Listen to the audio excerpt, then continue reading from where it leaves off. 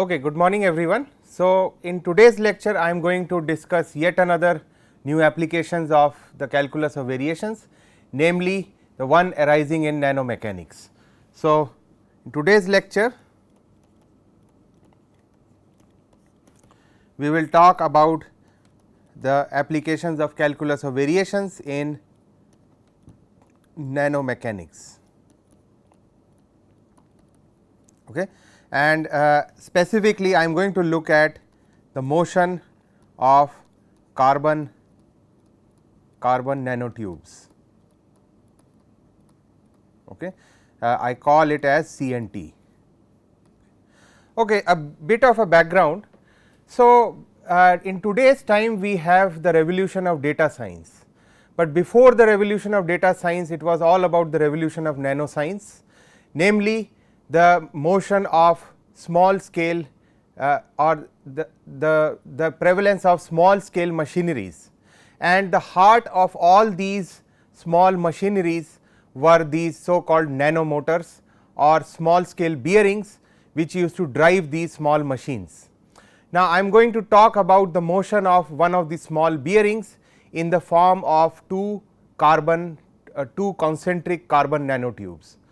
So, to describe the motion we will look at the Hamilton's equation in this description of the motion of these carbon nanotube, but before we do that I will have to build some background. So, as I just said, we are going to look at in particular multi-walled carbon nanotube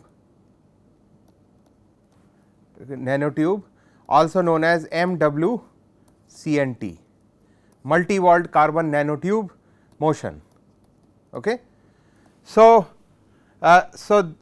in this situation we have the setup is we have multiple concentric carbon nanotubes which are sliding within one another. So, multiple concentric nanotubes sliding they are nested and sliding within each other. So, the setup is we have an outer nanotube, an outer cylinder perhaps made of a material like carbon or graphite, and we have an inner nanotube which is moving back and forth inside this outer tube, and this oscillatory motion of the inner nanotube generates the necessary mechanical energy. So, we are going to look at how to quantify this mechanical energy of this carbon nanomotors. Okay. So, as I just said, these oscillatory tubes they exhibit the so called telescopic properties or the sliding motion in almost perfect condition, that is without any friction. So, this setup exhibits the telescoping property,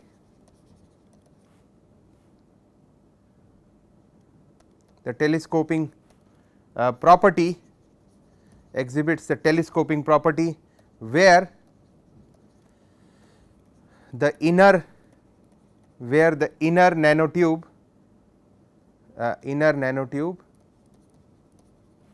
slides without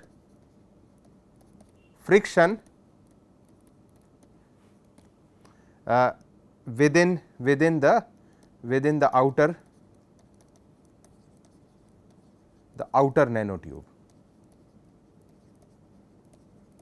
Okay. And it creates a perfect sliding motion, also the so called bearings similar to the motion of the bearings. So, it creates a perfect sliding motion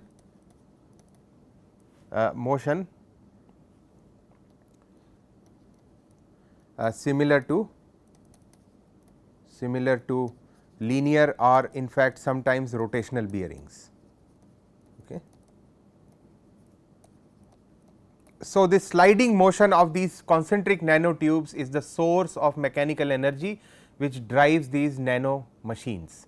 So, now to describe the motion of these oscillatory nanotubes, we need some background in applied maths, especially some basic descriptions of special functions we will be using, for example, hypergeometric functions.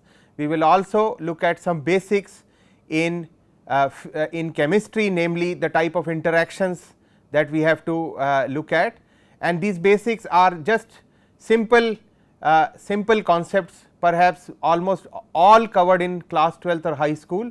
For example, Lennard-Jones interaction energy and interaction potential, and finally, with all these basics we will look at the modeling of these motion, this nanotube motion via the regular Newtonian mechanics, and also compare the motion of these nanotubes via the Hamiltonian dynamics leading to our Hamilton's equation. Okay. So, that is the idea. So, let me start with some basics. Okay. So, as I just said before mentioning the basics, let me just in short mention, as we can see, this is a highly applied area, and the application of these models lies in developing efficient nanomotors as well as gigahertz oscillators. So, the applications of these this part of the course lies in developing efficient carbon nanomotors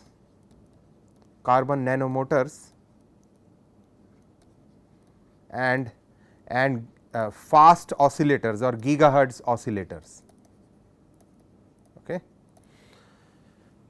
Okay. So, let us start with some basics. So, we will start with the basics of I am going to just tabulate some special functions. Okay. And let me to begin with also give all the students the source from where all these basics are picked, so that students can look at it in more detail. I am going to write down only those results which will be relevant for our discussion in this lecture without any proof or argument. So, again students are constantly requested to look at this textbook which is known as the Handbook of Mathematical Functions. Handbook of Mathematical Functions. The author is by Abramowitz and Stegan. Okay. So, two Russian mathematicians. So, the functions that we would like to consider are the simplest function is, let us look at what is the so called gamma function. Okay. So, what is gamma function? Gamma function is defined for any real number. So, I am going to again look at only real valued functions. So, z is a real number. Okay. So, for any real number I define my gamma function as an integral 0 to infinity t to the power z minus 1 e to the power minus t dt. Now, I know that this can be shown that it reduces to a ratio of 2 factorials when z becomes a natural number, okay, or an integer, positive integer. So, then some of the useful identities that I will be using while in the description of the motion of these carbon nanotubes is the following. Say for example, if we are given the gamma function of this form, gamma of z plus 1 by m and L by m, and we sum over all, not the sum, but we take the product over all L from 0 to m minus 1, we take the product and we see that this is 2 pi to the power m minus 1 by 2 times m to the power half minus m z times gamma of m z. Again the students are frequently requested to look at this source to see how we are able to come to these results. So, I am just stating some of the basics in the form of these results. Okay, so, then once we have introduced gamma function, the other necessary important function is the beta function, which can be described in terms of gamma function. Okay. So, let me continue numbering. So, A and then B is beta function. Okay. So, beta function B of x comma y is gamma of x, gamma of y by gamma of x, well gamma of x plus y. Okay. So, it is completely described in terms of gamma function, and it also has an integral form. This is integral 0 to 1 t to the power x minus 1 minus t to the power y minus 1 dt. Okay. And this is also equal to 2 integral 0 to pi by 2 sin 2 x minus 1 theta cos 2 y minus 1 theta d theta, right. And from here to here I have made a substitution where t is equal to sin square theta. Okay. Okay. And then let me also do, so the third important relation that we will be using is the so called Pochhammer symbol. So, Pochhammer symbol is the following, it is a factor. So, Pochhammer symbol. So, Pochhammer was a Prussian mathematician who developed this notation in about 1912. Okay. So, it's as follows. So, suppose I am given a real number a, well let me, yeah. So, a is a real number, right. So, my Pochhammer symbol is a subscript n, and this is also equal to the product of the factors which are a times a plus 1 times up to a plus n minus 1, right. So, where a is a real number, okay. Or also we can write this this factor in the form of a factorial notation. This is a plus n minus 1 factorial divided by a minus 1 factorial, right, where this is only true when a is a natural number. Okay. Only when a is a natural number we can write it in the form of the factorial. Notice that the way the Pochhammer symbol is defined, if a becomes negative, then we expect that one of the factor is going to disappear or will be equal to 0 for some value of n, right, or suppose a is negative and it is a negative integer, right. So, the Pochhammer symbol is going to disappear at certain value of n if a is negative, we will see that. Okay. So, I am ready to describe the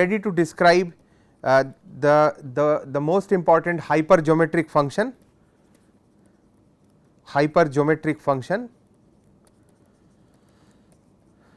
So, let me use a shorthand notation HF. So, HF hypergeometric function of f of a comma b comma c comma z, the hypergeometric function is summation n from 0 to infinity of a Pochhammer symbol a n times b n divided by c n times z to the power n by n factorial, right. So, that is my hypergeometric function in terms of a series summation, and then this can also be written in terms of the integral form. This is also gamma of c by gamma of b times gamma of c minus b times integral 0 to 1 t to the power b minus 1 times 1 minus t to the power c minus b minus 1 and the third factor is 1 minus t times z to the power minus a dt. Okay. So, we will regularly, when we are using the description of hypergeometric function, we are going to regularly switch between the series and the integral notation. So, since we will be using these functions very often in our model description, let me just state some properties of hypergeometric function. Okay. So, properties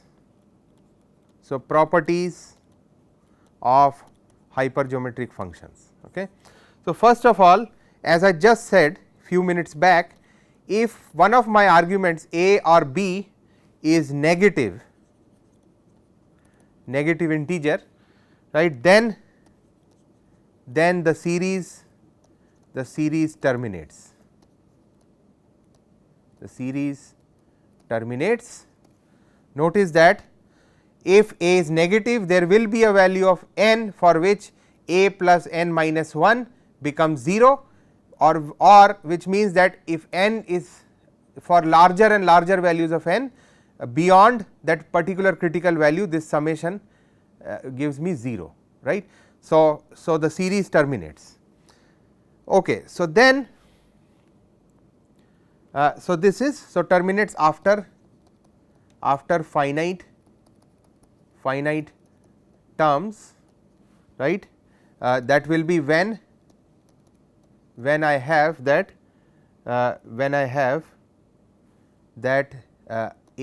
the absolute value of a or b equals n minus 1, right.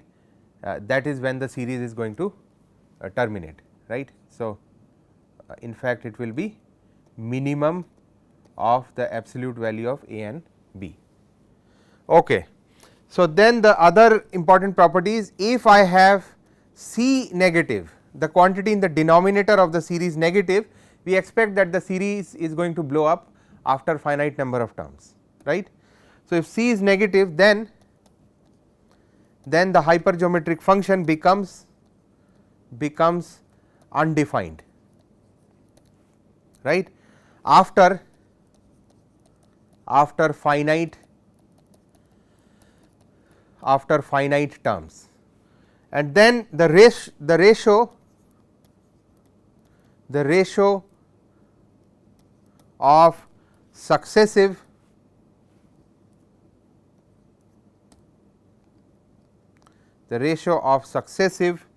terms approaches z as n goes to infinity. The ratio of the successive terms approaches z as n goes to infinity. So, if we were to take the ratio and take n tending to infinity, we are only going to get z, right, because all these constants, they become equal to each other in the limiting scenario. Okay. So, which means we can also say something about the series being convergent or divergent if the ratio via the ratio test, right. So, which means that if the ratio of two successive terms approaches z, and if the absolute value of z is less than 1, then I can say for sure that the series is absolutely convergent, right. So, from 3 I can quickly say that the series converges absolutely for within this range mod z less than 1. So, z between minus 1 and 1. Okay. And then so that is all the properties that will be used and interesting to look at, that we will be using in our model development. And then let us also note down some useful relations for these hypergeometric functions. So, so first let me highlight how to write certain basic functions in terms of hypergeometric functions.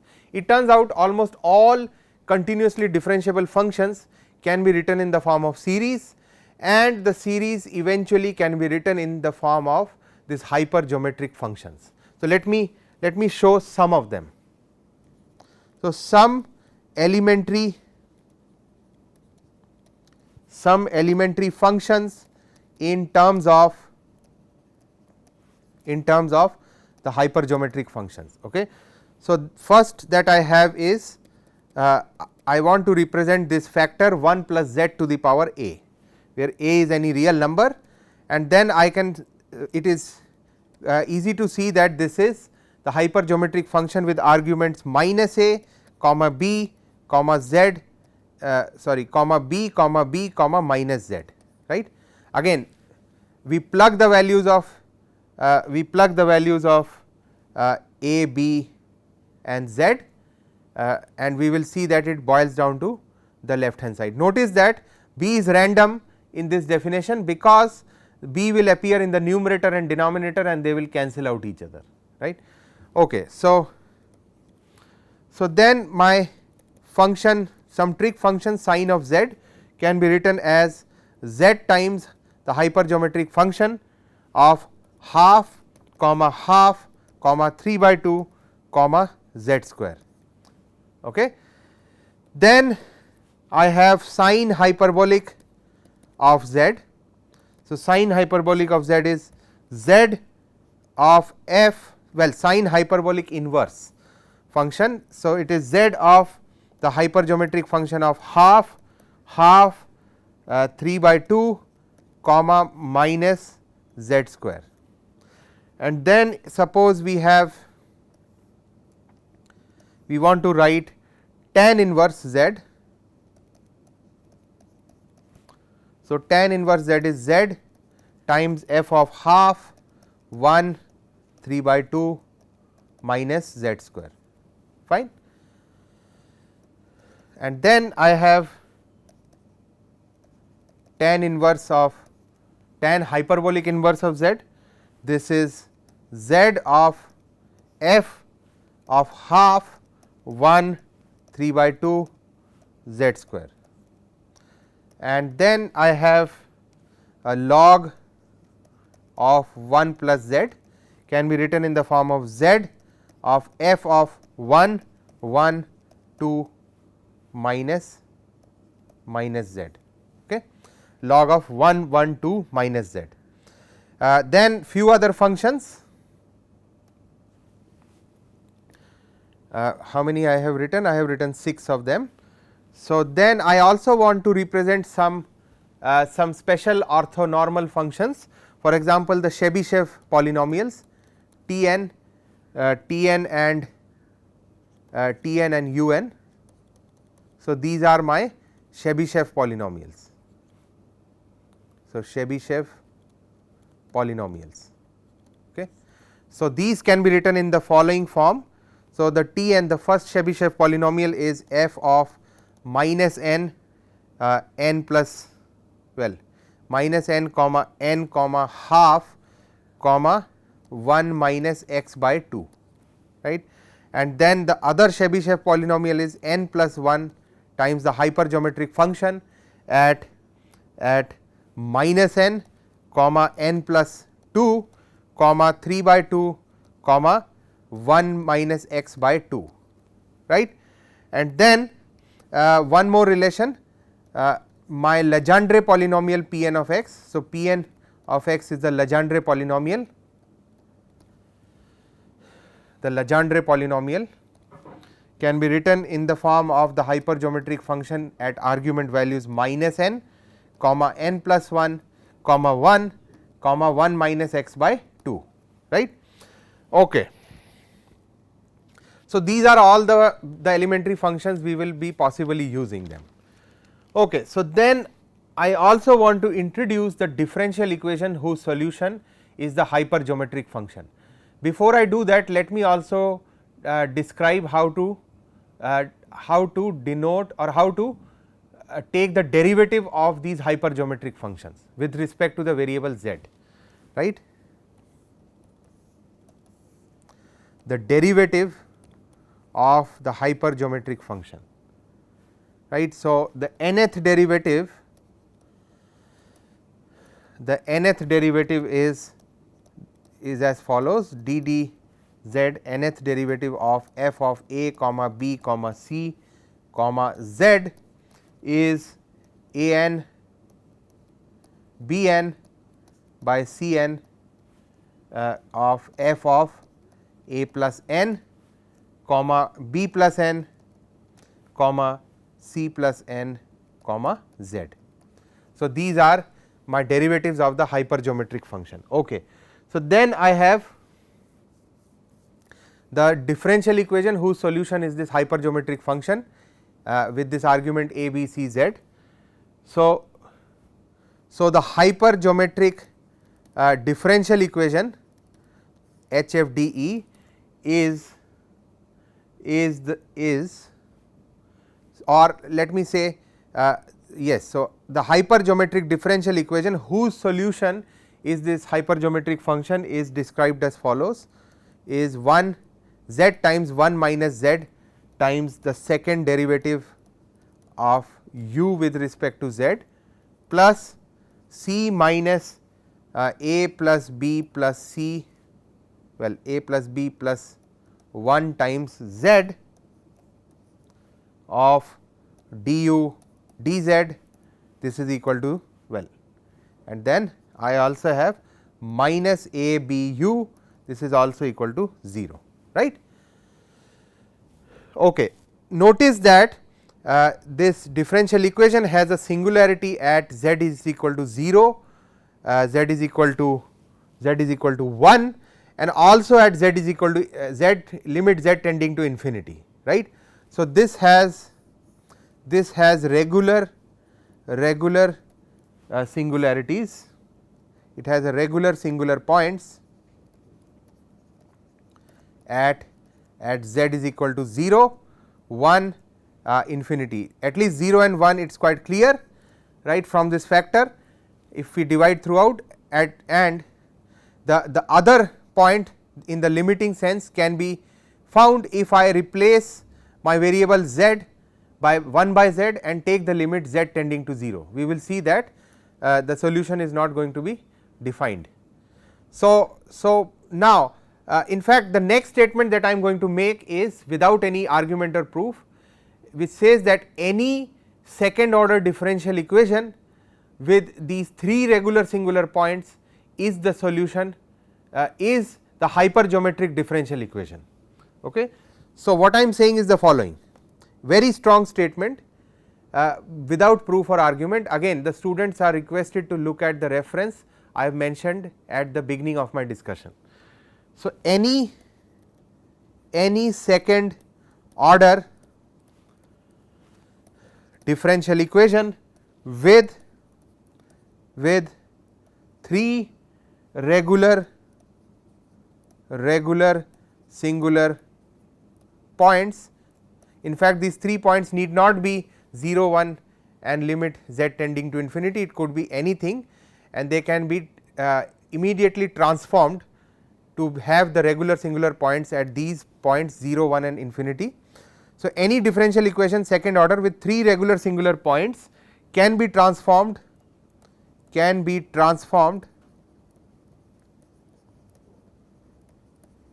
to the hypergeometric differential equation. Okay. Okay. And finally, so this is something we will be using, and also one final relation that is very important in our modeling is rewriting. Can we rewrite very complicated hypergeometric differential equation into a simpler form? We will introduce the so called quadratic transformation.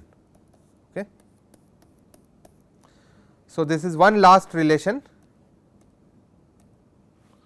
Also, so there are in fact many such relations. The one that I will be using in our lecture discussion is the one that I am stating. So, useful quadratic transformation. Useful quadratic transformation. So, f of a comma b comma 2b comma z can be transformed into 1 minus z to the power a by 2 times f of a comma 2b minus 1 comma b plus half comma 1 minus square root 1 minus z square whole square divided by 4 square root 1 minus z square, 1 minus z. Okay. Okay. And then this is also equal to the following relation, this is 1 plus square root of 1 minus z by 2 times, well, to the power minus 2a f of a comma a minus b plus half comma b plus half comma 1 minus square root of 1 minus z by 1 plus square root of 1 minus z, right. So, to the power 2. Okay. Okay. So, these are some useful relations we will be using in our model development later on.